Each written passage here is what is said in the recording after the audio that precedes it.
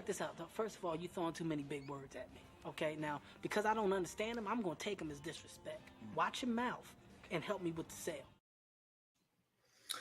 What up, family? Welcome to the technical difficulties. Late start for the first time, but it's all good. It's 6:15. We here. We back. Kolby will join us in a bit. As soon as he jumped on, it was like waiting 6 seconds, and then he would say something, and then it would work.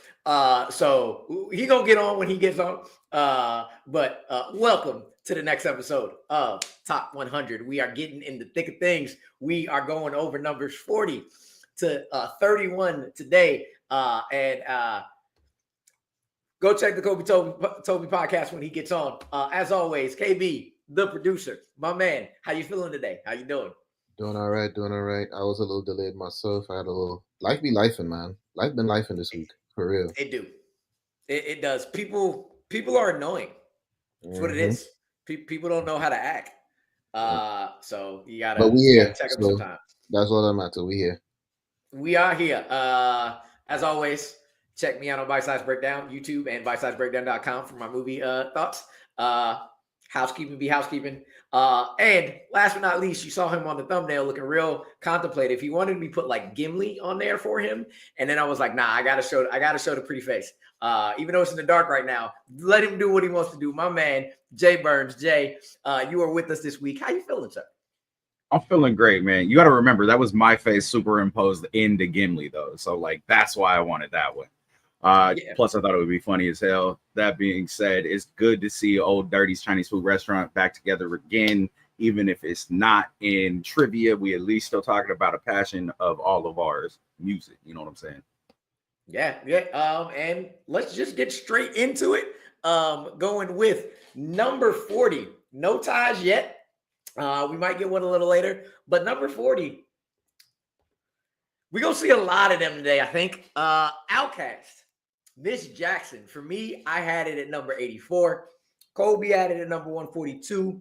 KB, you had it the highest at 60. Speak on it, sir. First, let me get my mute button. All right, Miss Jackson. This was definitely one of them Outkast songs that I felt needed to be high up, namely because one, it was not only it was more than just a popular song, man. Like you heard this song everywhere, and everywhere. And I think one of my favorite parts, which I think is a lot of other people's favorite parts, is me and yo daughter. Got I this can't hear going on. Like I mean, I can't hear that right now. I can hear that right now without thinking of Stupid Kids Bop and that little like me and your daughter. First of all, that kid, if anybody watching this and don't know what we talk about, if y'all Google Miss Jackson's Kids Bop video, please watch that in its entirety. It's one of the funniest videos I have ever seen. especially when Miss Jackson pull up with the goons in the back seat. No, it's ridiculous. It's hilarious. It's ridiculous though. Oh, but anyway, like that song, man. Like I said, played everywhere. It was that was off of the double CD, right? The double disc, right? If I remember correctly. No, this one was off below. No, I don't think so. It wasn't. This one's off This one's off of Stankonia. Stankonia, okay. I always get those two mixed up because I feel like those two had like a lot of really big hits, like really big crossover hits. But I just felt like this was one of those songs that not only showed the versatility of the two, it just kind of further stamps that, I mean, if people were confused before, they really shouldn't be confused now. Like hip hop is here to stay, rap is here to stay. And there was another point I was trying to make about that. I can't remember right now, but yeah, this song had to be high up on the list because it was just that good of a song. It was that enjoyable of a song. But yeah, it 100%. Like for me, there's a lot of Outkast on my list, whether or not they're featured, whether or not they're on there. And this, I needed to remind myself that this doesn't go the way of a song like Hey Ya for me, where Hey Ya might be like, it's technically Outkast, it's Andre's biggest song, but it's the one that's like, it's more pop than hip hop, but there's hip hop in there. And I like it. I like it a lot, but it wouldn't really be on my list, no matter how popular for this particular list. And then Miss Jackson for like 2 seconds was like, is that? And then you listen to it again and you're like, hell no, not at all. One, man, I said it before. I'm going to say it again. I believe Big Boy is almost just as good as a rapper, if not better than Andre. According to Andre, he is better. But man, what Andre does with his voice, what he does with his verses, what he did, I don't think the word forever has changed. There's not a word who's changed in pop culture history more than forever. First, it was the Sandlot. Forever. And he made forever, ever overtake that. Like, and his ability to paint pictures, as he says in the verse, to do that. But the way Big Boy opens the song and closes the song with those two verses is just absolutely masterful. It is dope as shit. I love the third verse where he kind of speeds up his cadence and speeds up the syllables. B-ting, D-ting, A to the G, that'd be the same thing. Just whatever it is he's saying there, and you stumbling through the words and shit. Just the fact that everybody thought this was about Erykah Badu, and everybody thought that that's what I wanted to say. Yeah, it's hilarious. It's hilarious. I really wish he would have put that bar. That's not my name. Andre did it on this one. Tyrone, not my name. But it's an iconic ass song. I love the beat. But yeah, you were saying the fact that the Erykah Badu and Andre 3000. Yeah, I feel like that was one of the things that it's kind of like Usher's Confessions did when he had that breakup with Chili. I think it was Chili. Yeah, like everybody thought that he talking about the breakup. This is him expressing his feelings during the breakup. I felt like a lot of people took that aspect, that same thing of the relationship between him and Erykah Badu, and they were like, oh, he talking about their relationship in this song, and I was like, no, but you know what? It don't make sense to deny it because it's helping the traction of the song at the time. So let it rock the way it rock. You know what I mean? Yeah, Jay, I'm gonna go to you, see if Kolby will catch up with us a little bit and see if he can like speed and he'll get there. But Jay, how you feel about Miss Jackson, man? How do I fit everything I need to say into 6 seconds? That's my first question. Right.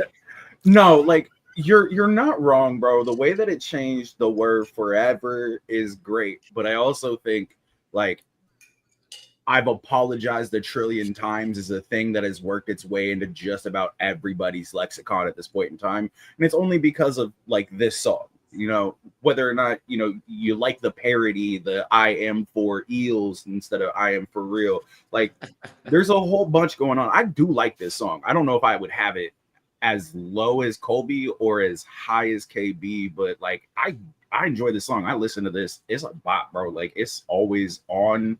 It's in every single one of my playlists. Even if my playlists are like 11 hours long, it always pops up and I always listen to it all the way through. And I have ADHD, man. I skip through songs. But when this fucking song pops on, bro, it's just like I'm in. I'm locked. Kolby, you're gonna give me time to eat my last little piece of sushi. Go ahead, sir. Listen. Hey, he's not delayed. Let's go. There you go. That's what I'm saying.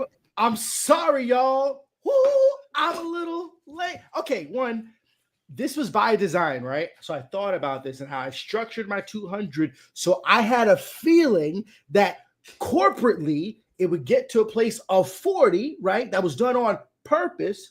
This is not my favorite like Outkast song. Like it's outside of my top 5, but like just outside of my top 5. But I couldn't have everything Outkast to be on this list. Like, Miss Jackson, I think it's great. I think I love it more sonically than I do lyrically. Not to say that I don't mess with the lyrics. I think they're great. I think that my relation to the lyrics for when this song came out, I was a teenager, a young teenager, right? So like I have a lot of respect for it. I think it's great. What's there not to like? There's not a lot to not like about this song, and I respect its greatness. My kinship to this, oddly enough, was with MTV's Real World, Back to New York, and if you guys are familiar with the WWE, ding ding, Mike Mizowski, before he was a pro wrestler, started his professional career working promo and advertising with Outkast, and that's kind of like how I came into it. So that's my kinship to it, and then it just kind of like, but I still think there's like other songs ahead for me personally. So that's I'm defending my 142, but glad to be at that 40. Yeah, I will say I love the sonic, whatever that sound is. So what is that? What instrumentation is that? No, I don't know. Bar, you're in the chat somewhere. Help us out. So I would say that I think it's a sample played backwards.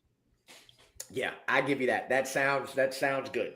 I'll take. That's where we're gonna leave it at. Okay. We're gonna leave it at that. At a sample that's played backwards, mixed beautifully. That worked out. And Jay, I told you got some work to do. Well, it's going to start with this. We have a tie at number 39 and 38. So what I'm going to do, I'm going to let you go first with this first song. We're going to go through that. And then I'm going to hit you last for the second song so you can give you time to play each out. So the first one we're going to do where you got to figure out which one's 38 and 39. I told y'all posse cuts are my favorite. And this is by far top 3 posse cut of all time for me. Jay, the bad boy. Let's worry about everybody else on this song in it, though. And tell us about Flavor in Your Ear remix. Craig Mack, rest in peace. Since we're talking about that, also rest in peace to Ozzy Osbourne as well. Man, they go in threes. I'm waiting for it. I'm seeing who else is the other one. But Jay, speak on Flavor in Your Ear remix. What's the other song? You will know as soon as we go through it. So just hit on this one first, and I'll reveal the second song to let you know which one. That's why I'm gonna give you some time towards that. The remix, though. All right. First off, this right here is a dream lineup for any track that you would ever want to have anybody put lyrics to. I really couldn't honestly sit here and say, look, you got Ladies Love Cool James, you got Bus a Bus, you got Rampage, and you got Biggie. This is 90s hip hop right here, bro. This is just like 100% condensed down into, hey, do I need to show you? You know that Steve Rogers list? I know you know that Steve Rogers list. If I had to explain the 90s in one song, it would be some shit like this. Like 100%. Yeah. I had it. Oh, go ahead. Keep going. No, you're good. Go ahead. I was saying, Kolby, you had it at 39. I had it at 45. KB, I had to tell you a couple songs to put on. I know you think you're probably going to have it higher, but it's here anyway. Kolby, I go to you first because you had it highest out of everybody. Speak on the remix. Bar, wherever you're at. Yes, this is the better version, not the original. Yes. Yeah. And the reason why is how it opens, right? We get Puff, not Diddy, right? And my dude takes 2 Coke bottles and just starts banging them. That was one of the hardest things as a little kid to be able to respect. Like one to kind of have that little like. I mean, I'm just saying. The Warriors. Do you know the reference? Warriors. Oh, okay. Because a lot of people don't know the reference. A lot of people don't know the reference. But like to be able to get that and then to be able to go straight into Big, and like if you think of we've talked about so much like quintessential like 90s beats, the boom, boom, boom. Like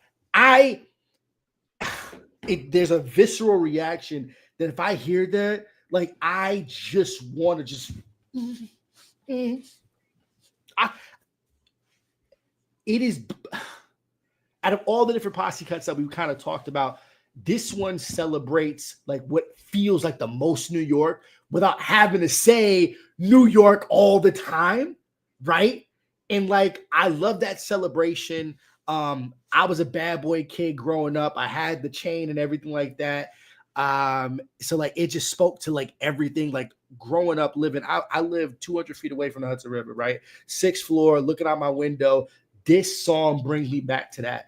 Just playing it as loud as I possibly could so the people down the street could be able to hear it obnoxiously. And like I'll always like love what this song means, but it's just also how hard it is. And everybody getting their little spot to be able to come in through and just do their thing. Yeah. I love what you said, Jay, about the different people on this track. And you got Big coming in smooth as hell. You said it got more butt than ashtrays, just coming on with punchline after punchline. You got LL being smooth as hell. You jingling, baby. Go ahead, daddy. You jingling, baby. Just going in. They even made Rampage look good on this. They made Rampage look good on this. He ain't had nothing until the next posse cut with Give It To Me when Busta put him on another song with them and Mariah Carey. And of course, y'all need to relax on Rampage, man. Y'all gotta relax on Rampage. Yeah. He had some hard shit in the 90s. Yeah. You right. It's the fact that nobody knew who he was though. But right. You're right. Rampage was dope. He came on here and did his thing. You know, Busta had to close it out because his energy wasn't being matched by nobody. Just letting you know, Bar, you missed the fact that this version is better than the original. 100%. No questions. Period, man. However, Craig Mack came on and did his thing. Like, murdered this. Want to grab my dick too late, too lazy. Hold it for me. Like, the amount of swagger on this damn song, the amount of bars on this song is absolutely yes, it captures an era, captures a generation perfectly. KB, just speak on what you love about the song. Don't worry about the song placement. Man, let me tell you. So I do like that it's in the 30s. Never mind my 199. That's an error on my part. This definitely belongs in the 30s. Flavor in Your Ear remix is the better version. Not to shit on the original, right? Because I don't think we would have got to the I don't think we would have got to the remix if it wasn't for the original. All right. I think this was an interesting lineup, and I would like to have been in the room when this assembly of artists got put together. Craig Mack was doing his thing for sure. I think was that Hamilton joke? the room where it happened, yeah. so yeah, like I was very surprised at this lineup, especially in the 90s. Not to say that everybody was beefing in the 90s, but it was still a lot of that I'm better than this guy, low key. You know what I mean? It was a lot of. You can just say everybody was beefing in the 90s. It's fine. Like that's what the 90s were known for. Yeah. But it was more so like a lot of sword sharpening, to use a Wu-Tang quote, right? There was a lot of sword 100%. Sharpening going on in the 90s than like actual beef. You know what I'm saying? Definitely before. I don't think iron. Yeah. Like I don't think like real beef really started happening until like after Biggie and Tupac. You know what I mean? What the reason why I was saying like earlier about Rampage being on this thing, like a lot of people slept on Rampage. Some people don't know that he was part of the Flip Mode Squad. Flip Mode Squad is the greatest. Not better than Wu-Tang, but there was some spitters on there for sure. This song really definitely personified 90s. I will say I didn't find this to be like a hard beat, but I did feel like it was a very swagger beat. Like this beat had a whole lot of swagger to it, a whole lot.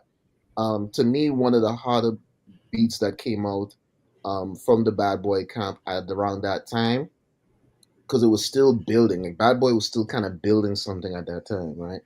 Is the joint with Big Puff, I forget the other gentleman's name, and then of course Supercat, dancehall legend Supercat, Dolly My Baby.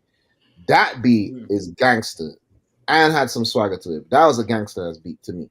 But yeah, this beat had a lot of swagger.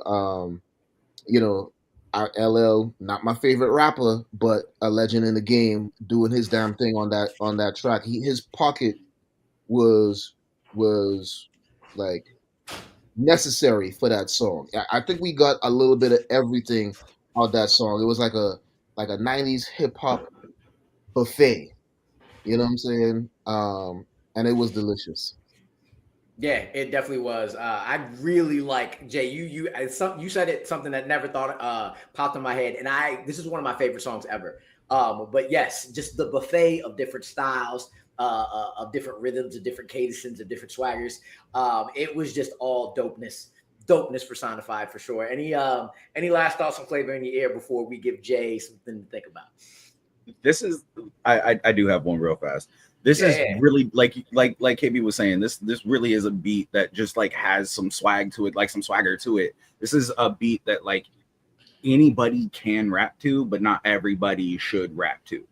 Like I feel like they got the perfect amount of individuals, the perfect amount of like hype for that time. Even like it's not like we're gonna sit here and rank everybody's verses throughout this entire track, but like the entire thing goes hard, and it's really just a way to show off skill without being like, I'm a better rapper than you are, I'm a different rapper than you are. There's a difference between those two things, and a lot of people don't understand that. Yep, totally agree. 100%. My Thiz face is going to talk for a little bit, but I'm still here. So Jay, I'm gonna go last for you, so you can think about this. You can talk about what you want to talk about it before revealing which one you wanted, 38 and 39. And there probably couldn't be a more different song to figure out which one goes first and which one goes second than One Time, Two Times, Killing Me Softly with this song. I never know if it's his song or this song or what it is. But I have it at 54. Kolby had it at 194. KB, you have it the highest. Start talking about a cover of another legend who died in the last year, Mr. Roberta Flack, Killing Me Softly. Speak on it, sir. Let me tell you, the first time I saw the Fugees, right, I did kind of compare them to Diggable Planets for a little bit. I forget the name of the very first single that was put out on Video Music Box back in the day, but I was like, okay, this is cool, but I don't know if they're gonna have any longevity. And then this song came out, and I was like, oh, let me shut all the way up now, all the way up. I said, what are they doing? What are they doing? They really did it with this. I'm talking about a jam where like even the hottest individual in the club against the wall is just bopping their head like sing. You see them singing, like mouthing the words and everything. Like such a great freaking song, such a well put together song too sonically. Like my goodness, man. You know, we a lot of people don't talk about lyrical skill when it comes to like, you know, Pras and maybe Wyclef, definitely Pras. Yeah. But I think they all together really put together a cohesive track when they put this together, man. Matter of fact, that whole album was fire. I need to go back and listen to that. It's one of my top 10 hip hop albums of all time. Yeah, always on the list whenever I think about it. That whole album was fire from beginning to end. And it kind of makes me sad that they couldn't keep that trend going. You know what I mean? But yeah, I'm not shocked at all that this song has made it this high up the list. It definitely deserves to be one of them songs that's high up on the list. I still enjoy it to this day. So yeah. Yeah. Kolby, I'm gonna speak on it, but I'm gonna alley-oop to you just because you brought up a lot right at the beginning as we did this. What is R&B? What is hip hop? And the fact that she's singing the majority of this, but we put it still at this point. I'm gonna give it to you on that, man, because you've been speaking on it. So that's where my conflict came in, because like granted, like hip hop is this beautiful like blend of R&B with rap. And I think that as I was like building together my 200, I felt so conflicted, but I knew, I said, yo, I'm gonna leave it up to my guys that if it floats up, I'm gonna put this in my 200. It was hard for me to call this a rap record, but like hip hop isn't just rap. And we obviously have celebrated a number of songs that have some incredible features that predominantly there is a vocalist on the track, right? That's doing the chorus, the pre-chorus, maybe like the bridge, but like still there's 2 to 3 verses. That's just traditional rhymes, right? This song ain't that. But it feels so hard because it like there's something so just like sorrowful that feels like it's just as special as any rap record that we've talked about. Like, this is my go-to shower song. And the thing is, yo, you can play this song at any club at the right time and the entire dance floor shuts down. Like, any DJ is going to spin this record differently than you would any other traditional R&B song, right?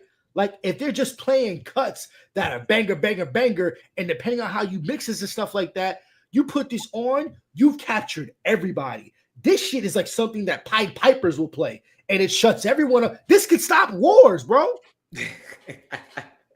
It's soulful, bro. It's transcendent. Like, this is straight up an R&B song, but it is on every hip hop list. It is on every, like, everybody, look, when he says one time, he rhymes it with 2 times. There you go. There's your hip hop. That's it. Doesn't matter. It just has the feel of that. And yes, when it says hit him with the bridge and she just belts out that shit, fam, it hits you. It hits you right here.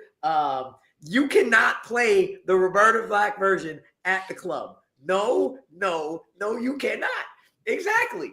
And it's just, this song to me is just one of those timeless classics. Transcendent in many ways. Like, not everybody can do a remake. Not everybody can do a remake that is. Well, I mean, this is a remake of the Roberta Flack original, right? But like, I feel like there's enough people that probably are disassociated from Roberta Flack now, right? Like, there's Gen Z and Gen Alpha that would have no idea. But like, I know right now it's really simple to just start remaking songs, at least just taking the sample. Well, has anybody redone Killing Me? Gen Alpha doesn't even know this track. Yeah, they don't. I was just about to say. Damn. I mean, unless they're family or somebody like that's really. Your mama wake up on Sunday morning and start cleaning the house, and this is playing. That's the only way they probably ever heard the song. Yeah, or just says, "Hey, come and listen to some music, some real music, or something like that," right? Fair. But Kolby, now that you say that, as great as this song is, and as high as this song deserves to be, I might rethink that this is considered a hip hop record. I think we consider it a hip hop record because the Fugees is a hip hop group. Yeah. The majority of the songs on the album is hip hop. So we give this a pass. But yeah, from a technical standpoint, this is not a hip hop or a rap song. Right. But lyric straight up, no. One of the reasons I still do it is, and it might not even count, but I also think the beat itself. The beat, the drum, the break beat, the don't, and going into it. I can hear somebody finding their way to rap on this. But Jay, you sure you've had some time, and y'all can add whatever y'all want to add. But like, speak on "Killing Me Softly," and then let us know where you think which one's gonna be 38, which one's gonna be 39. This track always makes me feel like melancholic, like nostalgic for something that really. I don't even think that I knew I was missing. It's just one of those things where it's like, if you listen to the lyrics, if you listen to the beat of this song, it resonates deep in my chest when I hear it. You're right. You could have this song spun up in a club at any point in time. You're a dick of a DJ if you do it right before last call. I think it would be hilarious personally. But, a wedding, a funeral, like there's no place like a high school dance, like a reception, a quinceañera. There's no place where this song really isn't an acceptable bop. You can say I've agreed with KB a lot of what he said. Sorry, Words are hard. I don't English well. I do think this is a rap record, though. That's just it. Like, because rap comes from poetry, this is a very poetic song. I think that because it's a slower jam than like a lot of people are used to, and a lot of what ends up being on a lot of people's lists, especially like a top 100, for it to still stand out and be this high up on a list, it obviously resonates with enough people and still falls under that category. You know what I'm saying? Like, that's just me. Kolby, KB, anything before Jay makes his decision here? No, I'm good. I'm good. Yeah, couldn't be two completely different songs, which makes this so much better. But what are you putting at 38, sir? What are you putting at 39? Oh, this is a wide divide, but I had it as soon as I heard the one time with the one time. 39 is Flavor in Your Ear. 38 is Killing Me Softly. Like, it, not to like fillet the Fugees any more than they need to be, but 38 is a perfect spot for the song in the top 100. Like, are there better songs? Yes. Are there worse songs? Absolutely. Would it go very much higher than this? Maybe mid to high 20s. But I don't think it's going to get very much farther than that. But this track, both of these tracks are great. I'm sorry, KB. I did not mean to say that. I was going to say, to be fair, like, if anybody was to just run up on me and go, Flavor in the Air remix, Killing Me Softly, which one you put higher? It's going to be Killing Me Softly. Like, so... I think it's a definitive song. I really do. Like, even as a quote unquote remake, I think this is a definitive song. When you mention the Fugees, I think this is the first song that really pops into anybody's head when 100%. Like asked. Like, you know what I mean? And you know what's funny? This is the first Fugees song on the list. Whether or not it's the last, we will find out. And I'll tell you this: I have a posse cut bias. Flavor in the Air would have been higher for me just because I love posse cuts. I just absolutely. But it doesn't matter because both of them getting their due. Flavor in the Ear remix, number 39. Killing Me Softly with his song, with this song. Jay told me before, with his soul. You didn't know the song. It doesn't matter. It's still iconic. But I didn't mean to move the banners away. Don't move the banners away. Number 37, and it's story time, y'all. Shout out to my boy Shannon. Last time I talked to this dude, he was living in Pensacola, Florida, but I met him my freshman year, high school in Oxnard, one of the other million places that I've lived. And man came up to me one day and told me, hey, he called. So the first time I met him, he thought I said, my name is Amaru. And he said, I said, my name is Otto. So he called me Otto. I've had this one of the most random nicknames I've ever had in my life. But he said, yo, Otto, I need you to rap the beat. I need you to rap the words to Grindin' so I can do the beat on the cafeteria table right now. Do you know the words? And I'm like, yes. Yes, I do. And if you do not have a high school or middle school story experience with somebody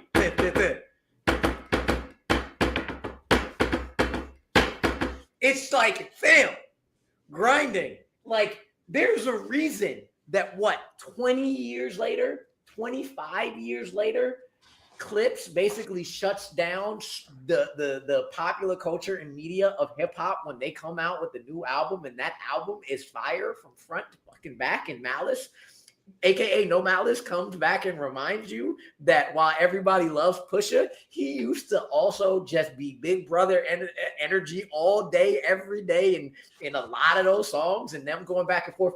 This song Pharrell was already on the map, and he put him more on the map. It put Virginia, where all they do is cook, on the map. It put these twos as one of the top duos of all time. This beat is timeless. Absolutely timeless. The entirety of high school for millennials is this song 100% at all times. And yes, King Push is great, but he's still little brother. He is still little brother to Malice. I think that this song began everybody's journey to wondering what it was like and thinking they could cook. And for 20 years, over and over and over again. We just went back to, I'm never going to do it, but let me listen to clips real quick. And I just give me the cocaine bars over and over and over and over again. This song is amazing and timeless. I had it highest at 37. Kolby, go ahead, sir. You had it next highest, number 96. Cocaine rap wasn't really my thing. However, when you can infuse a song that matched up with high school culture, that I think like universally, if I look at a lunch table, I look at a pencil, I feel most inclined. It is undeniable, right? You give me a lunch table, you give me a pencil, I'm going to town, right? That's iconic. The bars are, I'm your pusher. This is a song not suitable for kids in any way. But like you said, it is timeless. I've heard this played at weddings, bro. Like this is like, I'm sure that somebody has probably made this into a wedding march. And I wouldn't be like mad at it whatsoever. It is hard, right? And the fact that this comes from like not just two brothers that like are equally on the same playing field. Like we've seen brotherly acts, right? Like I don't think that Malice ever's like, yo, I'm about to like big bro. And I think it's because we give so much credit to like Push's just consistency, like posts like, Malice how leaving the group and stuff like that, doing this thing with the Lord and everything like that, and coming back. And like it's great that we're doing this at the same time that they're celebrating this Clips renaissance, even though it felt like the Clips necessarily didn't go away, right? It is crazy. It's been 20 plus years. And like this put a particular sound and spotlight on, that VA area, and being able to have the Neptunes heavily produce this. Like this is great. 100%. This is amazing. Grinding. KB, you had it at 149, sir.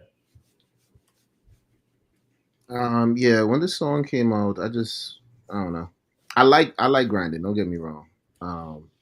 And like you, Kolby, I wasn't a fan of constant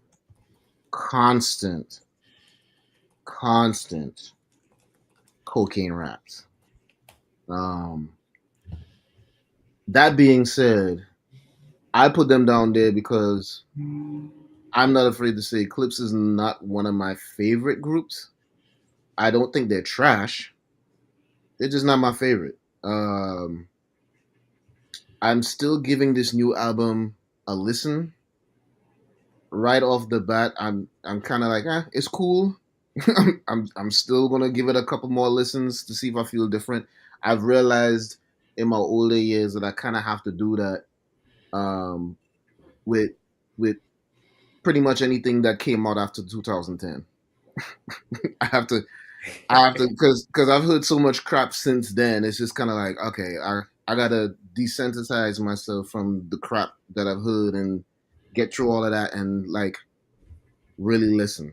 But anyway, that being said, I think everything that everyone said so far about this particular song, we got to give a lot of props to the Neptunes, because I feel like the Neptunes beats carry a lot of weight for a lot of the songs that we love from that era. I don't think enough enough acknowledgement has been given to them and what they do on the production side of things. I mean, we always talk about Pharrell because Pharrell, big nose face, is always in the picture, right? But we gotta talk about Chad's genius as well. 100%. In putting these beats together. So, but only because it's not a personal favorite of mine. And I mean, no, not grinding. I like grinding, but Clips isn't a personal favorite group of mine. And I really didn't, as far as I'm concerned, I didn't really see or know too many other Clips songs that I felt needed to be on the list. But I'm not mad at where it's at. Yeah. Jay, This was the one you said you knew about, but you were less familiar on the list. The only one on the list. Where's It's the only one on the list. So, like, don't get me wrong. Like, I know this track. I was a little too young for it. I wasn't in high school when this song dropped, so like I missed it by like this much. But at the exact same point in time, from ghetto to ghetto, backyard to yard, like everybody knows this. I am also not a fan of like cocaine rap. I was finding this was the era in which I was heavily into Wu-Tang. I was heavily into like Immortal Technique, but this song always keeps popping up. And you're right, bro, this song does go hard. I don't think that anybody has ever done more, except for maybe chasing dragons with a pencil on a desk. Like, it's really just that. You hear this and you're like, holy fuck, okay, I might not like everything that's being said in here. And it's not because like, oh, it's offending my sensitive fucking soul or some shit. It's more along the lines like, hey, it's just, this isn't the type of music that like I like. I like hip hop. I like some really gory stuff. You know, horrorcore is there. This is the polar opposite of that, in my opinion. But it's still savage. Honestly, the Tiny Desk version of this is probably my favorite because there is a point where they do break out a pencil and start just going hard on the desk. Ooh, I was going to mention that though. I was going to mention somebody memed it. They were mad because dude didn't do the pencil. He did it two hands. And it was a whole video where it was like, I literally just watched it yesterday. He does it with two hands. I saw it too. He does it with two hands. And okay. And when he did it with two hands, I was like, and when he did it with two hands, I was like, I'm gonna give you this because we had to do it. But where's the pencil, bro? Where's the pencil at? But nah, I feel you. Yeah. If anything, Tiny Desk is the reason why NPR should not be defunded. I'm just gonna put that out there right now, 100%. Just keep giving me Tiny Desk concerts. That's all I need. We had backed that message. We had backed that ass up. No, you're good. You're good. That infamous 15 to 30 seconds where everybody who was born after the year 1995 got ready. It just needs to, it needs to keep going. Y'all don't want to defund Elmo. I don't want to defund Tiny Desk. But no, this message. 100%. 100%. But yeah, we got grinding at number 37. So we gonna keep it moving. Coming in at number 36, we have a top 10 song on one person's list here. And I'm going to let that person start this off. The niggas in Paris, they here. Kolby has it at number 5. I had it at 113. KB had it at 163. And Jay-Z is back again. And then we got the other guy. But Jay, go ahead, Kolby. This is your number 5. Speak on it, my guy. So, you will find that as I constructed this list, there was an overwhelming influence of Ye in my life. It's undeniable. I can separate art from the artist. Ye and Jay speak to me in a way that not many folks could have. And when they teamed up to be able to put this album together, and they go overseas to Great Paris and bring us an undeniable, certifiable banger. And to even have the great Will Ferrell come up on here and just drop one of the greatest. Just want to get the crowd going. Yo. There's a simplicity to like this beat. And there's so many like stacks and layers of just like hard like instrumentation and the amount of cool. I will say, as Ye's my favorite rapper, Jay bodies this song. And it is like I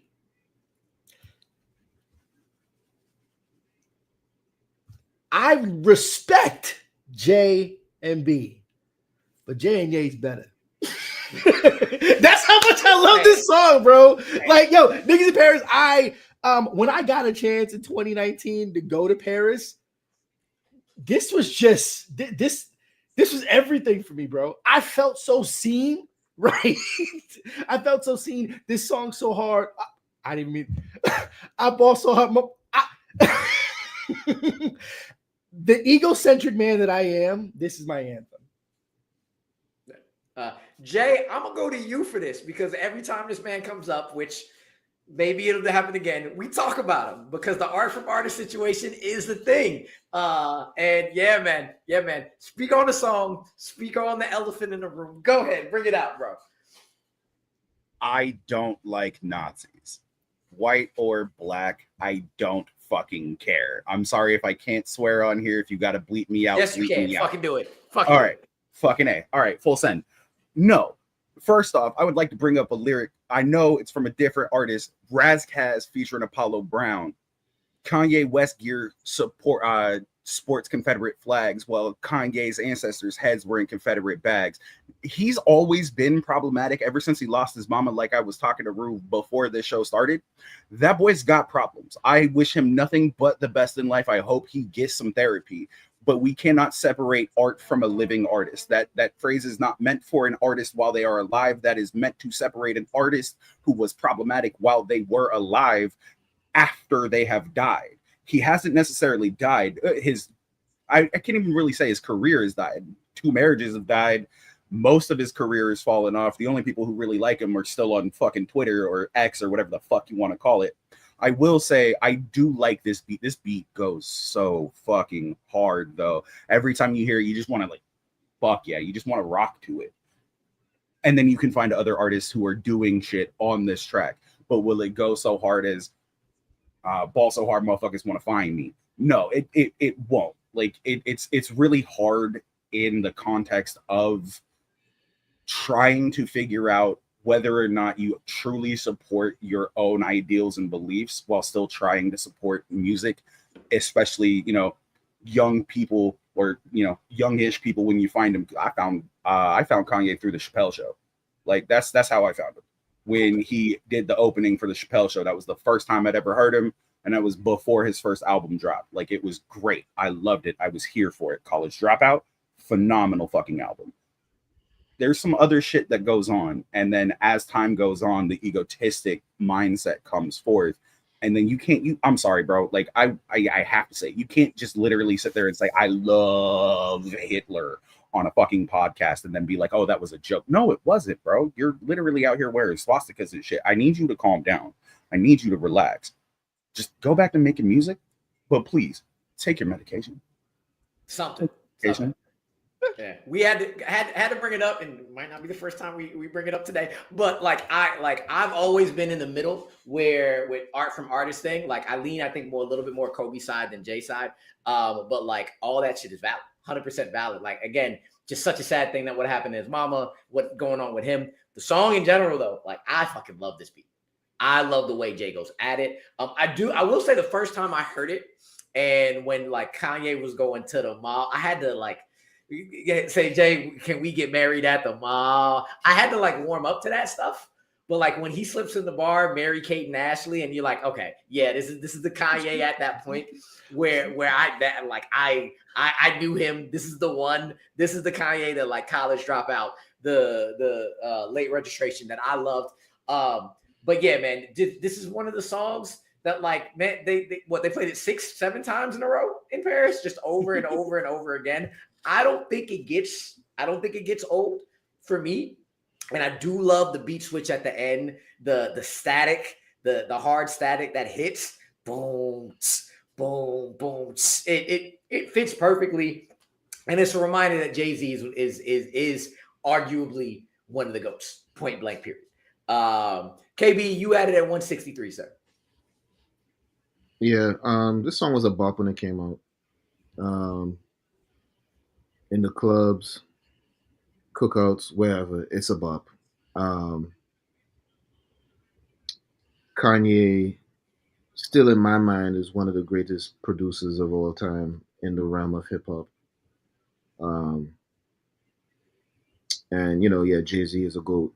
It was disappointing disappointing that we didn't get a second Watch the Throne. I think just the cuts on that album alone was justifiable enough for us to get a second one. But between Jay and Kanye's relationship. It definitely started falling apart more after that whole robbery situation in Paris, ironically enough. Um, things really started going down south. And I mean, as far as like the whole, although I don't really like to go deep into stuff on this program, on this podcast. Um, but a lot of people, struggle with the concept that Jay was talking about as far as separating artists from the artwork. And I mean, I think arguments can be made that dead or alive, there are people whose arts that we enjoy that probably were dickheads, asshole, or shitheads. I mean, it is what it is. But at the end of the day, you know, um, if you like the art, you like the art. I don't think anybody, and I'm not saying you are doing this, Jay, but I don't think anybody should be judged for still liking Kanye's music or still bumping R. Kelly just because they're creepazoids or assholes. That's just what it is. I'm not saying that. I Yeah, want no. that. I want that to be known. Like, Yeah, so yeah. I don't take what you're saying. Like, I'm hearing what you're saying. Is what I'm saying. No, I understood what you said too. I'm just, 100%. you know what I'm saying? Yeah. But And yeah, that's why I Now, love if having his all y'all on rhetoric- there because I know y'all go. I know all y'all go like go real. So also if real quick his before you talk, rhetoric, real quick, Kobe, before you say anything, the one thing I would say I did not like about this song is the title. Because you know how I feel about that word, Amaru. You know how I feel about that. I don't refer to my peoples as that at all. I don't like to be referred to as that. I think as a culture, we have far surpassed that word and like what it represents. So like, why still use it? But that's not a fight I'm willing to fight anymore. Okay, but that's my only other thing about that song. But go ahead, Kobe. yeah. maybe he does. Yeah, if the rhetoric was starting to blend into the art, that's where it becomes really hard to separate, right? Someone has been rocking with Ye since the early 2000s and has seen the downfall and has tried to reach out to folks like inside that circle to kind of get a better understanding. I think we can all deeply see as someone who's very, very troubled. It does not absolve him from the hurt that he causes to other marginalized groups. The unfortunate thing is that he really straddles a line between genius and mad genius, but I also believe that he's purposely hurtful. And I think that he does kind of couch on this being art to allow him to kind of play both sides. While I don't believe that he's in his best headspace, I think he's fully aware and is waiting for the best time to be like, yo, it was all a joke. Like there's a part of this that is almost like performance art. I hope I'm so wrong about that. I believe that as the king of compartmentalization that I am, I can't necessarily explain too far as why I'm able to put that shit in a box. And also to know that this represents a very, in my opinion, a small sliver into like his life. And for me, the line hasn't been crossed yet. I'm absolutely fine if it has for others, though. And I want them to keep holding that motherfucker's feet to its fire. So while I can celebrate this song, I can look into the camera like, yo, yay, if for some reason somebody sends this to you, bro, you're hurting people and it's not cool. And you're capable of so much greater things. And you have young children that want to love and look up to you and want to celebrate your music too. And as dope as Niggas in Paris is, let's not taint that by some shit that don't matter. Yeah. Hey, and I brought these people on because can't not talk about it. And we're just gonna put this out there now. We're gonna talk about him in like one of these next songs. He's coming up there. But before him, I'm gonna go to a song that like for a while I hadn't listened to in a long time. And I played it this week and I said, oh my God, this beat is probably one of the hardest ever. Because when LL Cool J was that dude popularity wise, and everybody remembered, oh, this motherfucker's a rapper, and Mama Said Knock You Out started. Damn. KB, you have this song at 25. Go ahead and speak on it, sir.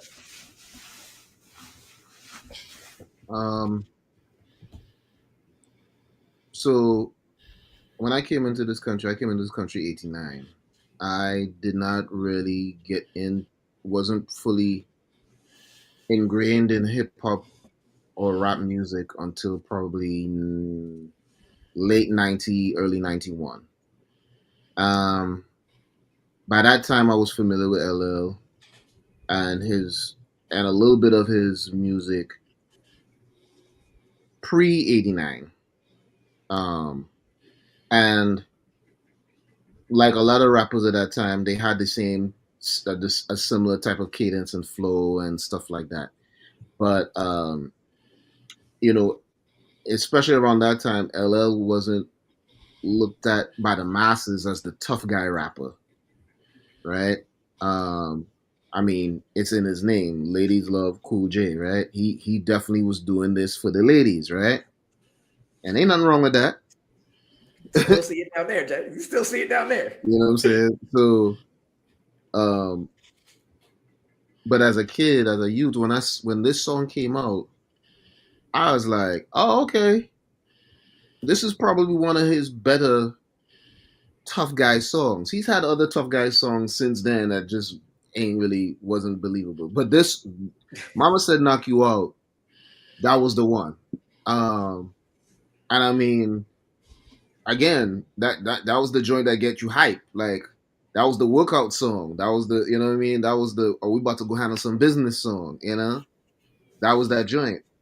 So it was really refreshing to see at that time, like, so many people, like, going crazy over this side of LL. Like, oh, okay, all right, I see what you're doing, all right. You know what I mean? That type of thing. Like, that was cool to see. And I want to say, too, no, that wasn't tied to that. That was later on. I was about to say that. I want to say, like, it was tied to that whole situation he had with Cannabis, but this was before that. No, this was before Cannabis. There's a line in here. I think Kumo D is still getting some of it. Yes. That's what it was. Yep. Yeah. So, and they was going at it for a while too. A lot of people don't know that. They was going at each other for a long time. But yeah, man, it was just one of those very popular, very enjoyable, and very surprising from LL to come like that. On a record. I guess that was the ether before ether for that time. Yeah, 100%. For me, if you listen to KB, I want your opinions now on this. So you weren't a fan of like My Radio or I'm Bad. You kind of thought that was a little bit of a front on him, because I hear I'm Bad and I'm like, yeah, that's tough guy LL, like getting in it before he started doing I Need Love. Yeah, I feel like he was trying too hard to be hard then, and it was like, bro, your name is Ladies Love Cool J, like, and you had you created a lane for yourself that a lot of people really didn't even think of at that time, man, and it was working for you. Like, yo, not for nothing, being in that, he was Drake before Drake. Yes. He was Drake before Drake. People forget that. He was Drake before Drake. Nobody back then was really thinking, oh, I'm gonna make lyrics to pull the ladies in. Nobody was really thinking that. And he was doing it. He was making, and I'm not trying to like downplay the rest of his, like, or all of his catalog or anything like that. But I'm just saying, like, the man found his market, and his market worked for him. He was able to keep the lights on in Def Jam. To the 100%. Point where Def Jam is, well, I mean, Def Jam hasn't been Def Jam since, I don't know, like the early 2000s. But he put that label on his back and made it the monster that it was. So, yeah, like, say what you want about. I mean, people could say what they want about him at that time, but when you look back at it now, as grown adults, LL was that he was that guy. He was that guy. 100%. For me, this song, not only lyrically does it hit, like people there was a recent question going around, what's one of the best openings in hip hop? And Don't Call It a Comeback is one of the early ones that just as soon as you hear that, just bam. Needle drops in all the movies. Just it's not even a needle drop, it's a lyric drop because they start with that one. But the beat, As soon as you hear that, as soon as you hear that, and he goes to the bridge and it's gangsta boogie, and then I excel. They all fell. I excel. Like, and LL on top of that, just the energy he goes. It's hilarious if you look at LL in interviews, right? And you listen to him talk and you realize, LL, you are a weird out there dude. He be saying some wild shit. Like, and don't give a damn. And you really pay attention to the way he kind of attacks some of this. And my 9 is easy to load. He don't give no shits on this. In his delivery, in the words, I'm pretty sure there are a couple people who can look up and down and say, pause for a second, up and down this song. And it just goes hard. That's what I love about this. That's what I love about listening to it more often than I have. Just being reminded how hard as hell this song is. Kolby, you had it lower on your list, but you did have it on it. Where were you? Because I remember when this song and this video, another iconic video, came out. For me, what about you? Where were you with that? I realized at a really early age that I was a lover, not a fighter. So I Need Love is way more my lane of LL. Nothing to say about this because it was just me and my mama for the first 7 years of my life till my stepdaddy came in, and there was something about this that she wanted me to like this song. Yeah, mama said knock you. It felt like I wasn't going to the gym, right? I didn't have no beef with nobody to be able to put this on, so it wasn't getting me revved up, but it was fun. I think I started to really like the song more when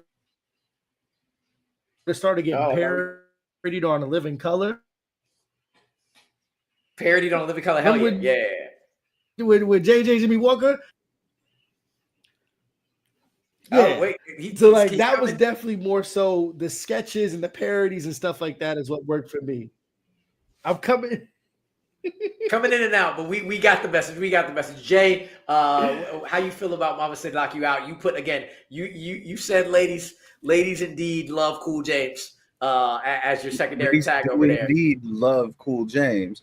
I have never heard a song go so hard and be so corny at the exact same point in time. I am not gonna lie. This is a great song. Do not get me wrong, but there's a lyric in here, and when I pull out my jammy, and I'm just like, okay, you got to give it a little bit of leeway because it's 1990. There's not a lot of slang. There's a lot of slang, but there's not a lot of slang. I'm saying, but bruh, the beat goes hard. I love it every time it pops up. When it was in, I can't remember. They brought it back as a commercial again a couple of years ago for a Super Bowl, and I was like, none of my friends know this song. I'm the only person who actually knows this song. What is it? Raining down like a monsoon. There's so many good lines in here, and then when you go through it, you pick through it bar for bar. You like you said, there's a lot of places where you could be like, hey, yo, pause. Hey, yo, wait, what? Wild shit. But I think both KB and Kolby are right. And you to a degree, you talked about him being in interviews, just say some wild out of pocket shit. That's great. He wanted to get out. Apparently, he wanted to be an actor. I remember him in Deep Blue Sea. I remember him in Last Holiday with Queen Latifah. Blue is that is like a shark's fin. Hard but corny as hell. Yeah, hard but corny as fuck. It's just wild. But we can't sit here and say that from the late 80s to early 90s, this man did not have a fucking impeccable run. And I think that this is the capstone to that. What do you say when Mama says? Mama says knock you out, bro. Like 100%. There's nothing left to say about it. The hardest and corniest song at the exact same time. Paradox. Last thing I'll say about it, I think this is one of the easiest songs to needle drop, just period, whether it's the beat, but like it just was in Transformers Rise of the Beast when Bumblebee came back for the 50 millionth time in this franchise. The second you see him come back, it's don't call it a comeback, and he just goes. And this will always be a great song for any comeback, for any person in the movie coming back from the dead or fake that, whatever. Just put this one on. Just put this one on. And it's dope as hell. I also will always look again, like, and it's not wild and appropriate shit. It's just wild stuff that nobody believes. Headsprung. What's that line in Headsprung? They call me Big LA. Nobody called you Big LA. LL. Nobody in their lifetime of life ever called you Big LA. And what are you talking about? But we was in the club. Everybody get my head sprung. Maybe it was somebody in his circle. Maybe it was his circle of friends that call him Big Ellie. We don't know. Yeah, that's true. Maybe I would like to. It was all of the moms of the girls listening to his tracks that were calling him Big Ellie. I sure as shit wasn't calling him no Big Ellie for sure. No, yes, not at all. Like everybody was listening to it. Again, you were talking about Pharrell. I was like, yeah, 2000s Pharrell and Timbaland. Those were the dudes. And Kanye, but like you heard the beat, and then he said they called me Big LA, and everybody was like, wait, whoa. Before we start the song, what are you talking about, my guy? Wild. It's always been hilarious. But we're gonna go from 35. We said he was coming back. He came back. Kanye West back again with Selena Johnson, number 34. All Falls Down. Funnily enough, also my number 34. And for me, it took me a while. I think that my absolute favorite song of Kanye's is Drive Slow and a Drive Slow remix. But that is because of Paul Wall and that verse he has on that that I mentioned a long time ago. I think is the second favorite. This is my second favorite hip hop verse of all time. But ranking wise, putting everything together, I don't think Kanye West has put together a bigger song, a better song put together musically than this one. I think this song, production-wise, having Selena Johnson absolutely just go through your soul, starting with her, and then, I can't sing, but no, whatever. You hear it in your head. Absolutely beautiful voice. But like the bars that Kanye drops in this, like couldn't afford a car, so she named her daughter Alexis. Even if you in a Benz, you still a nigga in a coupe. Like just the video with another person that everybody is like, what happened to you? We lost you. Stacey Dash. Where'd you go? Stacey, where'd you go? What happened? But that video to me is iconic. And this to me was Kanye at his best. When like he got contemplative, when he got inside himself, musically showing off with the string instruments, using Selena's voice for the chorus and for the beat. I don't know if anybody's seen that memes where the dudes like react to like how they were in the studio. Like you go and like how when people get mad, like when like say the Control verse and Kendrick got on, and then you look at Big Sean and Big Sean is like, fuck is this? They got one for this song where every time Selena wants to go in and cuts her off, she's like, my bad. That meme is kind of hilarious. I love this, but I like this song is soulful, it's beautiful, and I personally think it's the best song that he has put together, point blank period for me, and that's why I have it so high. Jay, again, I'm gonna go right back to you, sir. Song wise, how you feel about All Falls Down? Lyrically, this song is great. Like 100%. This is Kanye West doing his Kanye best, to me, in my opinion. Using Selena's voice throughout the entire thing, I think really does help just build this like emotional sense for this song. But like his storytelling ability, I'm like I said, I have issues with the guy. It doesn't mean that I am one of these people who can't listen to a song. I can still listen to a song and realize that I don't agree with somebody ideologically, he put his whole ass in this, bro. Like 100%. This is a song that like I really do feel he committed to. He felt his music, the relatability, exactly. But there's something about hearing Selena's voice throughout this entire thing where it's like that's what keeps bringing me back. Kanye's there, yes, he's building this entire fucking narrative throughout the entire song, but that girl's voice is just so fucking amazing, dude. I'm just like, every time I hear it, I'm like, what the shit? How have I not listened to everything she's ever done? Yeah, 100%. Good song. Like, people contain multitudes. I can hate somebody for their political views or ideological views, but like I said, when we were talking about Neighbors in Paris, this is completely different. Like, this is the Kanye West that I wish we still had today.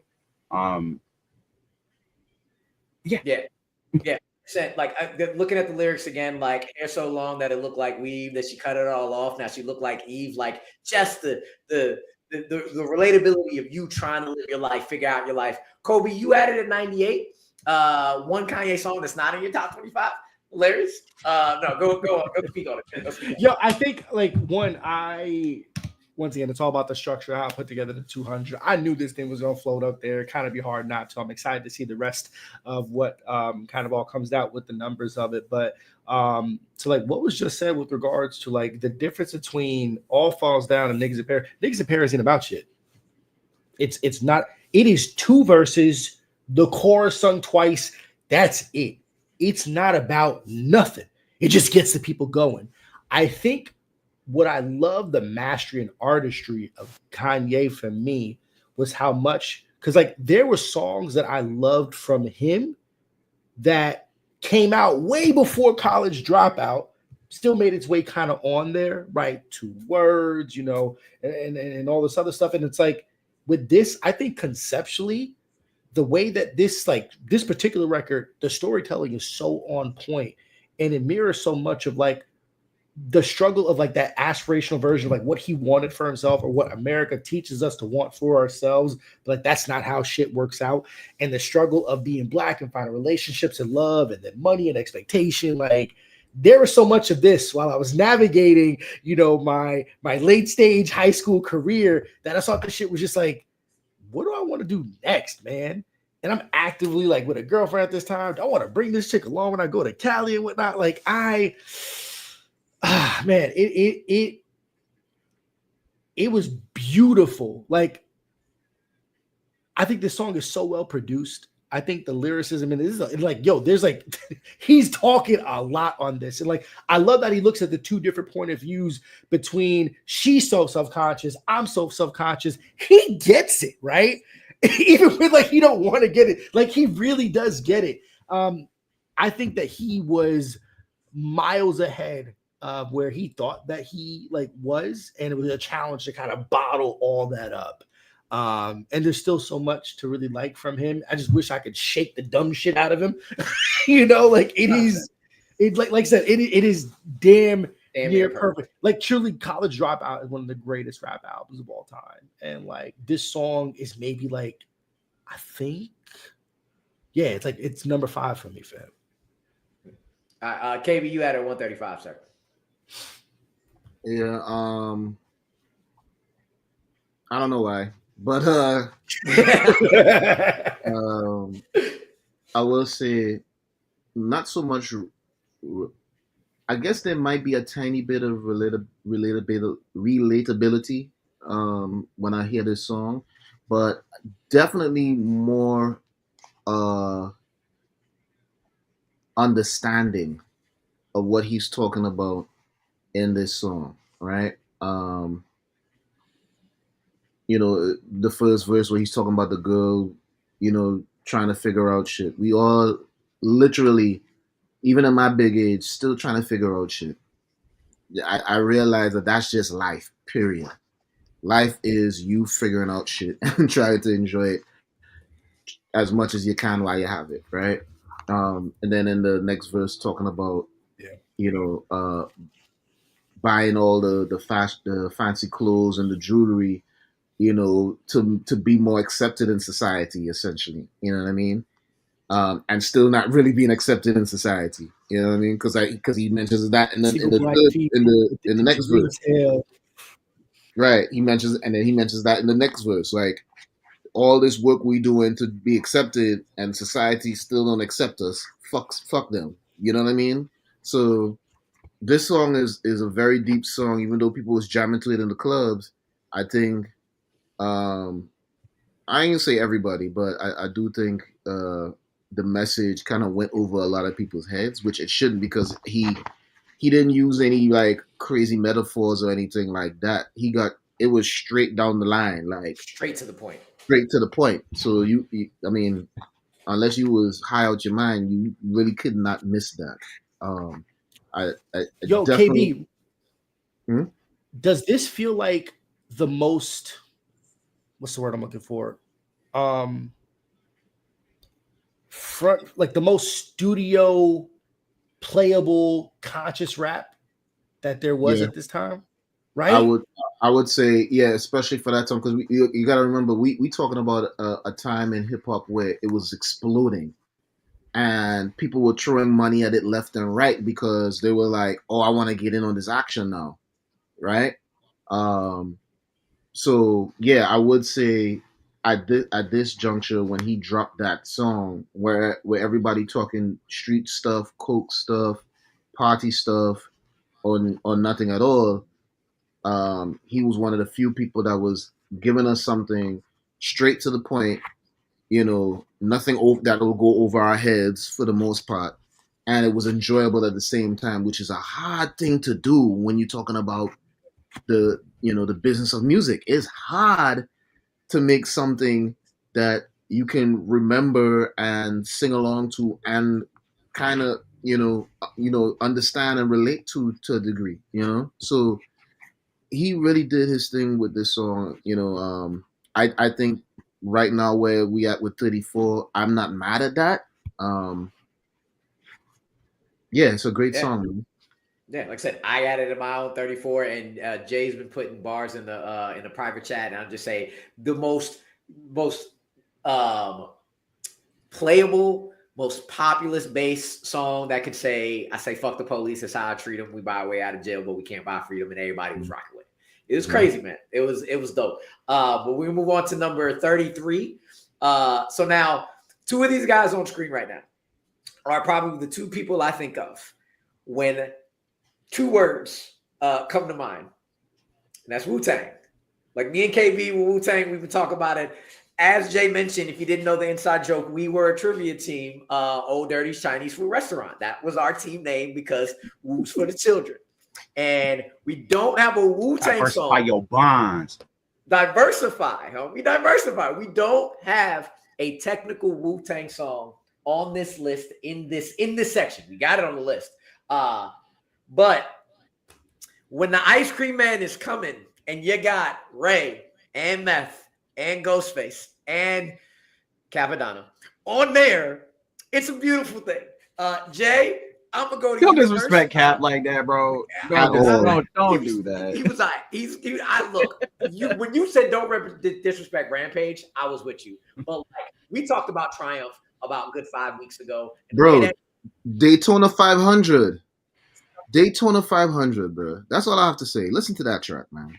I gotta listen to that track. I'm not gonna disrespect him fully, but I know all the time dude that comes on and I'm like, all right, this is cool, but I need to move on. Anyway, Jay, I'm gonna go to you first because it's Wu-Tang all day, man. Wu-Tang all day. Bro, I will literally just give you the opening lines from Method Man, bro. Get all up in your guts. French vanilla, butter pecan, chocolate deluxe. Even caramel sundaes get touched and scooped in my ice cream truck. Wu tears it up. Come on, bro. You can say that this isn't a Wu-Tang song all you want. This is 100% a Wu-Tang song. They brought everything they needed to. This beat is fucking iconic. The fact that there's an Ice Cream Part 2 out there. Shout out Razkaz if y'all haven't listened to it. It is actually kind of funny. He does a really good job with it. But this is literally just a song about loving. You know what I'm saying? Like, you can say what you want, like, oh, the lyrics don't match up with that. But the entire message of this overall story is, I love pussy. 100%. Like there ain't nothing wrong with that. There ain't nothing wrong with that. As a matter of fact, I was watching one of your guys' older episodes where you were like, you guys were talking about Baby Got Back. You're like, nobody talks about titties, all of it, ass and pussy. Like, you know what I'm saying? My neck, my back. Like, let's be real here. This song is fucking phenomenal. And the fact that I listened to the song when I was way too young, and I mean incredibly too young, did not get it, is the same way that I feel when my sister, who was 11 years old, listened to Candy Shop by 50. Like, no, you cannot do this. No, I will beat up anybody that you say these lyrics to, and I will not feel bad about it.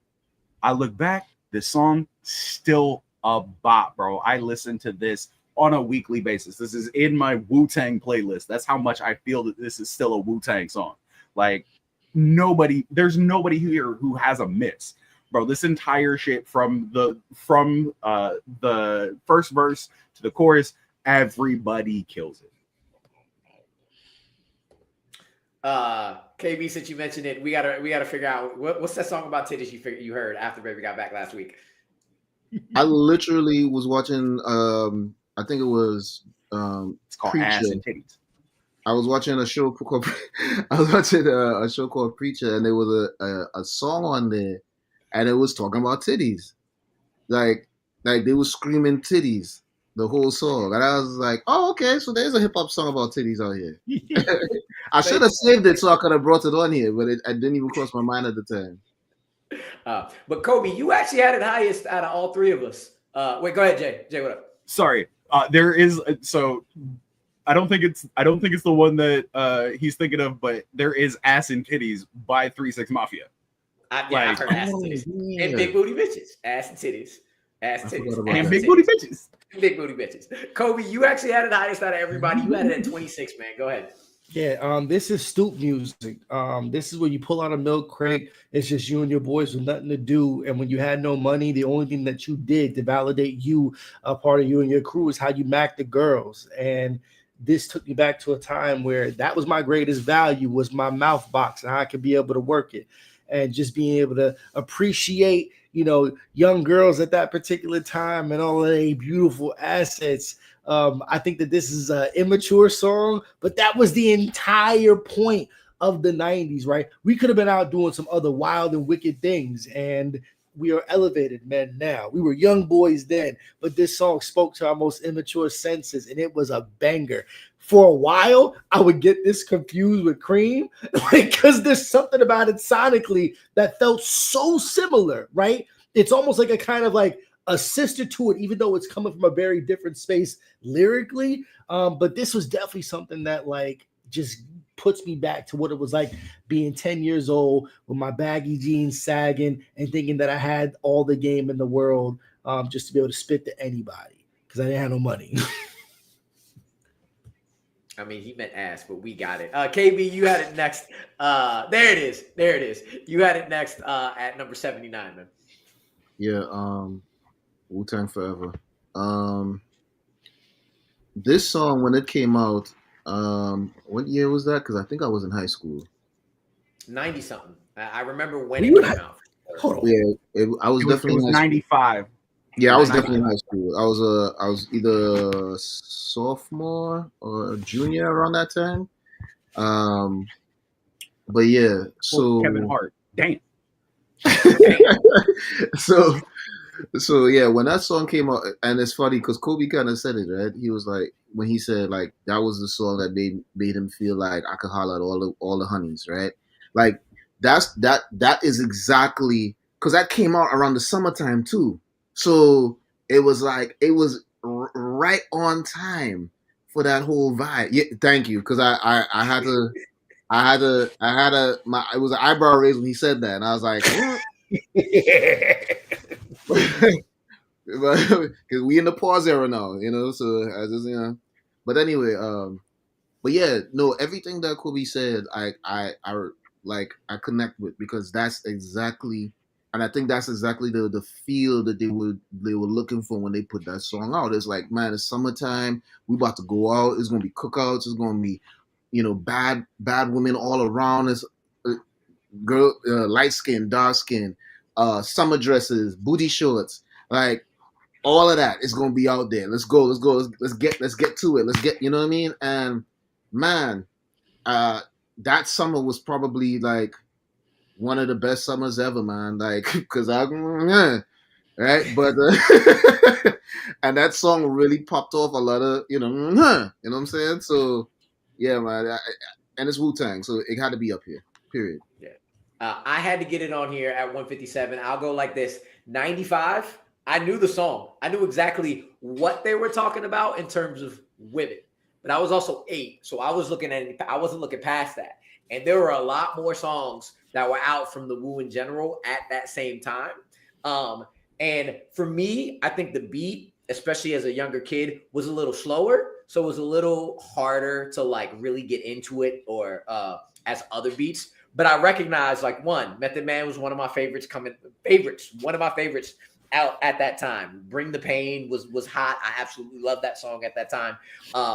And like we talked about duos, people always forget how good, how great the back and forth between Ray and Ghostface was. Like the two of them together, that's why the two of them are together at the end of Triumph, because they're back and forth with Raekwon's gutter, just gully, the dude actually doing the dirt in the crew before the crew became the crew, and you juxtapose that with Ghostface higher pitch, the big gold eagle on the damn wrist, fully pimped out, just everything, which I'll say is another dynamic we will talk about before this video ends with another duo. It was immaculate. So it's lower on my list just because like when it came out, I was younger to not like appreciate the full scope. And then also musically, like there were other songs hitting, but there was no way I wasn't putting this song on here. And I'm loving how high that it ended up getting, because I'm not used to seeing Ice Cream as high on many lists as this one. So I'm loving where it's at. But what I will say, a song that hit right at the right time for me and just worked. I said we was going to talk about him a lot. Bombs Over Motherfucking Baghdad. My goodness. KB, I'm going to go to you first. Another one of the songs that like you were like, I don't know what I was doing, but it's on here anyway. 200. We call it Yo 200. Speak on what I consider, and Bard messaged me completely, said, just to make sure you know, probably one of the best produced tracks I've ever heard in my life.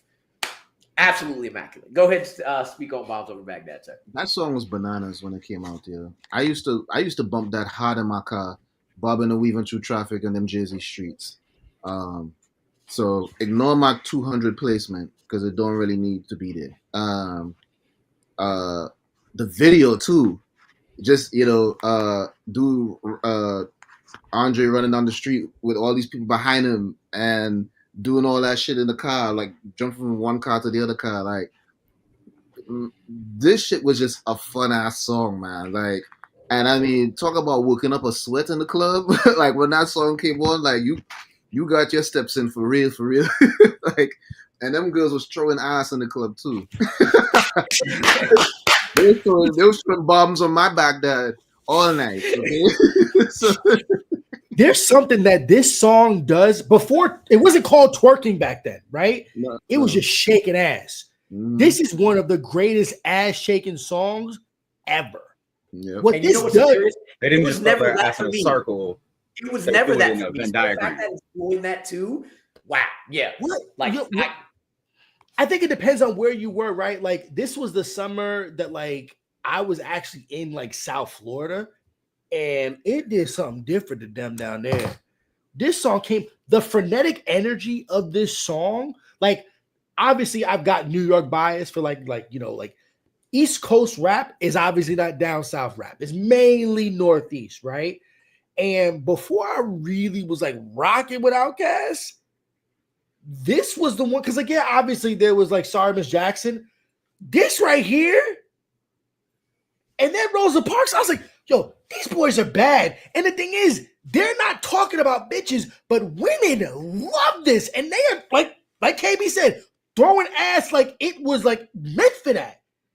And like the energy to this, I'm just like, whatever you're doing is effective. You've won me over. This shit is hard. And I think even though like there was so much more like showcase of the lyricism in Sorry Miss Jackson, but like you still get that, plus, in my opinion, a much better beat. Like this that's all I want to do. Like with the marching and stuff like yes, a lot of that electric element plus electric guitar element. The heaviness of the drums. Even the snare was heavy, man. It's very rare to hear a heavy snare. That snare was heavy in that song, man. Just high energy, high octane, go. That definitely one of them. So, matter of fact, like, going back to what you were saying, Kolby, like, this was a down south song, but I vividly remember on the radio this being played non-stop in the Northeast, like non-stop. So, definitely deserves to be. Huh? Go ahead. It definitely deserves. No, I was just saying that this song definitely needs to be where it is in the top 50 for sure. Yeah. So like I was gonna say, not just the Northeast. I was in middle school, south side of Chicago. Everybody loved Miss Jackson. I was on this. This was the first song that like I went into that lyric book because they put the lyrics on there and I learned the word in some national underground underpounds when I stomp the ground. Who wants some don't come unprepared? I'll be there, but when I leave there, better be a household name. Whether men tell us it ain't gonna rain. Now we sit in the drop top, so I will go front to back. Those things, you giving $100,000 if you go front to back with a song without missing it. This is it for me. This is it. Like I love this song. Just the energy. You talked about the production from the hard-hitting drums to the electric guitar, and then you start realizing this song is 5 minutes long with 2 minutes of them just going, bob your head, rag top, bob your head, power, music, electric, and everybody is loving it. And it don't get old. And it don't feel like 5 minutes. They say the same thing over and over, and then they switch it to the next. It's just so like the DJ scratches, so immaculately produced. Both Andre and Big Boy like just went in. You cut a Taco Bell, then I hit the border. Just bam. The lyricism on display, the production on display, the video with the wild colors that going through it. Like I never forgot that ape shit. I never forgot that that Big Boy's son name was Bamboo, and he was about to be 7 years old. Like I can figure out how old he is now because I love this song every time. It's just this song is immaculate. It is one of the best put together songs that I've ever heard for the length of it. And like if I'm on again, I mentioned it a long time ago, but if I'm on a run and I'm tired and a song comes on and I'm out, it's one of the best songs ever. And this, I'm out with just pure energy, pure love, so this song hit everywhere. And this was the one over Miss Jackson for me, 100%. Jay, speak on Bombs Over Baghdad, my guy. I had to go back into my comments on YouTube because I made a comment about 8 years ago. No, 4 years ago. 5 years ago. I made a comment a couple years back on this track. This has everything you want. It's got a fucking choir. It's got guitar. It's got a beat that'll kill your grandma. It's got a kid named Bamboo in it. And I'm just like, look, this is so frenetic. This is ADHD condensed into a song, especially if you're just listening to the beat. Like 100%. But you know what? You're right. Everybody bobs their fucking head to this track, bro. This track is so good, but Outkast don't miss. Like, let's be real here. Have they really ever had a miss? There's a flute album, but that's only half a miss. That's fair. I also think this is one of those times where like Big Boy actually gets to shine with his lyrics. Like, it's not that he's not shining every time that he appears, but Andre's Andre, the world-class flautist the guy who retired and then came back. But Big Boy gets to shine in this motherfucking song, bro. And I'm just like, I love that shit. When you have somebody that you know is up to par with the guy that everybody thinks of as probably one of the greatest rappers of all time, and he's there standing beat for beat, bar for bar in the pocket with him, it's just phenomenal. He's probably thankful for Andre for being that. Like, I'm not saying that Andre asked for that, but I feel like deep down, Big Boy, the reason why there's no hate or animosity between them two, aside from the fact that they practically bros, is that like he's like, you help, again, going back to sword sharpening, right? You doing what you do make me want to do better every single time, or at least be right there by your side. So I'm not weighing you down. So I'm not weighing this down. You know Absolutely. what I mean? 100%. Iron sharpens iron. Nobody's trying to see, nobody's trying to show anybody up. They just want to see them be the best that they can be. Yep. And by bringing your best, you bring out the best in the person that's next to you while you're doing this. 100%. Mm-hmm. 100%. So we got through 9 songs. So Jay, you know what number 1 is. And when we talk about best of the best, I'm gonna single myself out here. It took me a long time, but for the last 3 years, I have decided that the best hip hop song of all time on my personal list is Everybody and Their Mama's Wedding Song from Here Until the End of Time. I think that International Players Anthem is the perfect example of what hip hop is. Point blank, period. You take a topic and you have 4 different versions of that topic, and you absolutely murder every single version. And I'm just talking about the lyrics. I'm going to come back now. I had it at, Kolby had it at 46 and 198. I have this song at absolutely, it took me a long, long time, but for years and years, is this the best hip hop song I've ever heard? This is the best hip hop song I've ever heard. International Players Anthem. I Choose You. It also helps me that, like, in my group of boys, I feel like I'm Andre 3000 here. I'm the dude that settled down early. I'm not the pimp. I'm not the guy going, I'm the one with all the pimps in the background and all the players in the background backing me up. Like, too soon. Don't do it.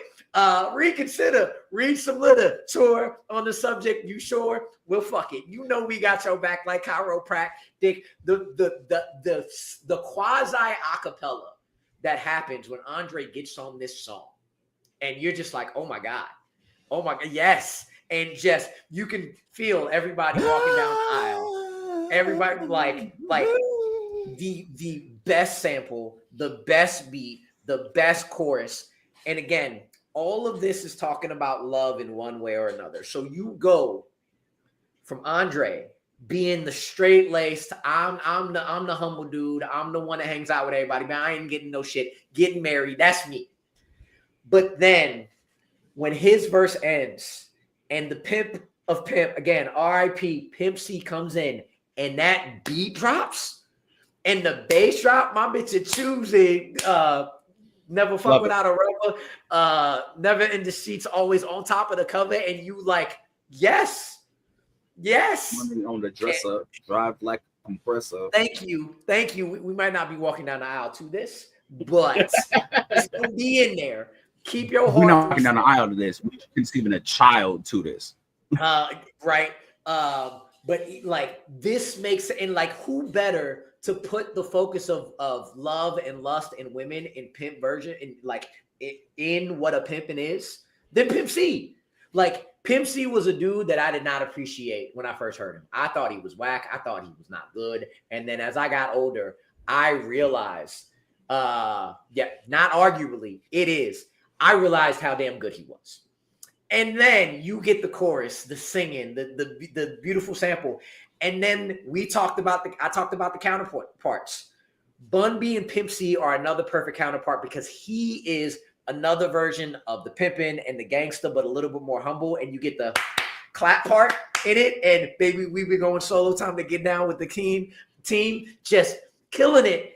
And then you end with the slickest of slickback, slickest talking. You better wear a rubber or it's gonna go 20K a day. That bitch is eating good with Big Boy. Everybody came with 100% the best of the best that they could from production. I saw behind the scenes of the video. They did it the same time, I think, as the BET Awards. So the director called up everybody they could, and everybody and their mom was like, "Ain't no way I'm missing this." Like the fact that oh my God, what's my man's name in the car? Real girls get down on the floor. Oh my God, what is his name? I want to call him Killer Mike. It's not Pastor Troy. It's not Killer Mike. I'm dying. Oh, right Bishop now. Don Magic Wand? No, the rapper. Real girls get down on the floor. Come, girl, I'm trying to get your body wet. Work that. Let me see you drip sweat. I'm dying. I'm dying. The fact that I cannot remember this man's name, and he is a fucking legend. David, not Bruce. David Banner. Thank you. Oh, God. yeah. Him just in the car, everybody and their mama just in there, Farnsworth, Bentley, just everybody and their mama wanted to be in this video. Everybody. Because this song, to me, I have decided this is my favorite, best hip-hop song that has ever been put to wax. Point blank, period. It is everything encompassed. I'm done now. Kolby, go ahead. Yo, I don't need to go much. Like you said, everything that makes a lot of sense to me. I think that this is that distinguished gentleman, like evolution of being a man. Everybody sunk into like their perfect positioning and executed flawlessly. When this came out, this just took everybody. It was like, yes. And honestly, that opening, like 3 Stacks is a top 5 rapper. Like this for me, if there was like, essentially like the Oscar reel for like the GOAT, this is what puts him in like that Oscar 5 category of greatest rapper. This opening up this song and just kind of like it caught me off guard because like when he did the I don't know what that was about that just like that shit was hard. And then I feel like he elevated to a territory where everything that he did going forward was hard. Like I feel like this song, he reached another level. It's like, oh. He reached Nirvana. Reached Nirvana off of this. Something changed because his features started to change. And I think this is when like that's like there was pre-UGK National Players Anthem of 3 Stacks. And like he just went off some deep shit, just like everything that I touch will be like this mastery level shit. And I'm about to go to some other. Yeah, and it is fire. The music video, the song, like, yeah, this is great. Yep. KB, speak on it, man. Again, ignore my number. Gold Velvet is what I describe. What is that, velvet? What is that, velvet? Kolby said it perfectly. It was something about, because when that song dropped and I heard his verse, I said, what he trying to do? He trying to piss off every rapper in the game? Is that what he's trying to do? He's trying to piss off every rapper in the game unintentionally. He's trying to piss off every rapper in the game. This man killed that.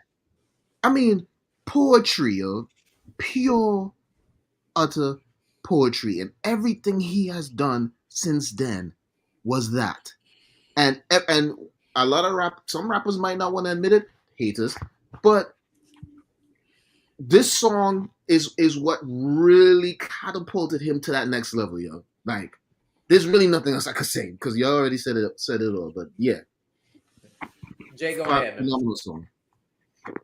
Easy as ABC, simple as 1, 2, 3. Get down with UGK, Pimp C, and BUNB.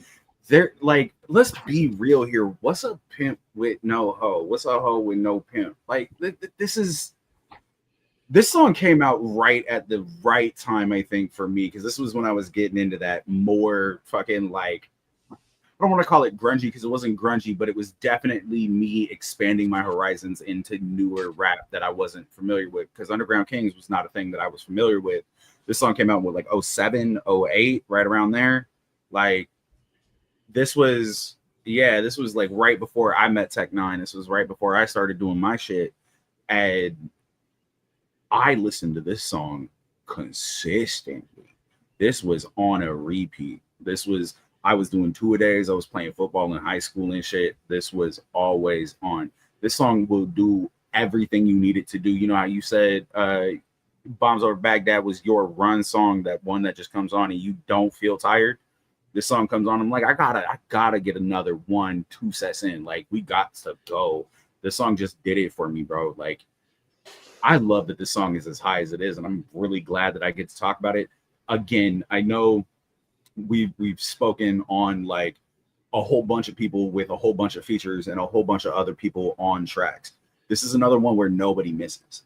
This is another one where you can look at it, you can listen to it, you can read it, and everybody is on point. Everybody is on message.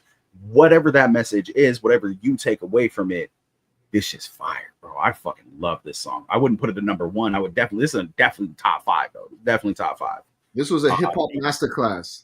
That's what that was. Absolutely. It 100%. It's my final thoughts is that, like, when you said 2007, I was like, no way, because I moved to Charlotte in 2017, and we were bumping this in my house parties, KB. Like, it was a brand new damn song, and I was like, I looked it up. I was like, this shit came out in 2007, and 10 years later, people are still like, this is absolute masterclass, like it was brand new. Just at like, and like nobody's from the East Coast on that song, but like Big Boy always had like a slightly East Coast, like straight East Coast vibe to me. And it's just like, again, encapsulates everything, starting with Andre, going to Pimp C, going to Bun B, finishing off with Big Boy. It's just, again, just Golden Velvet. You said it, Golden Velvet, absolute masterpiece. My number 1 of all time. Just like, it took me a couple years to be like, is it? It's getting there. I think it might be. And yeah, and like, I think last year I decided, yep, this is it. This is my favorite. I think this is the best one ever put to wax. But with that, we are at our done with this 10. As a quick recap, we started with Outkast at number 40 with I'm Sorry, Miss Jackson. Went over to one of my favorite posse cuts of all time, Flavor in Your Ear remix that Jay put at 39 because it was tied with Killing Me Softly with his song for number 30, and Jay put it at number 38 for us. Moved over to the high school anthem, Everybody Around the World, Grinding, Clips, N-words, niggas, neighbors. Love how you do that, Jay. In Paris, Jay-Z and Kanye West, number 36. Number 35, Mama Said Knock You Out with wild ass LL Cool J. One of the greatest hip-hop albums of all time. Greatest song on that to me, All Falls Down by Kanye West. Representing the Wu, Raekwon, who just came out with an album, by the way. Him and Nas on the Omerta. Damn. Go listen to that album. Featuring Meth, Ghostface, and Capadonna at number 33 with Ice Cream. Outkast again. Bombs Over Baghdad, B.O.B. And UGK, Pimp C. Dre and Big Boy, number 31. International Players Anthem. Want to thank everybody for joining us. Thank you for still joining us even with the late start. Next week, we will be back on Tuesday. Back at 7 EST as normal. Jay, any final words before you get out here? I appreciate you coming on and rocking with us, man. No, this was great, man. This was a good conversation. I love talking music. Like this was, again, just thanks for having me on, guys. I appreciate y'all. Yep. And for Kolby as always, and for KB as always, we leave you with what? Bro, what are you talking about, man? Bro, I'm out, man. That nigga's tripping.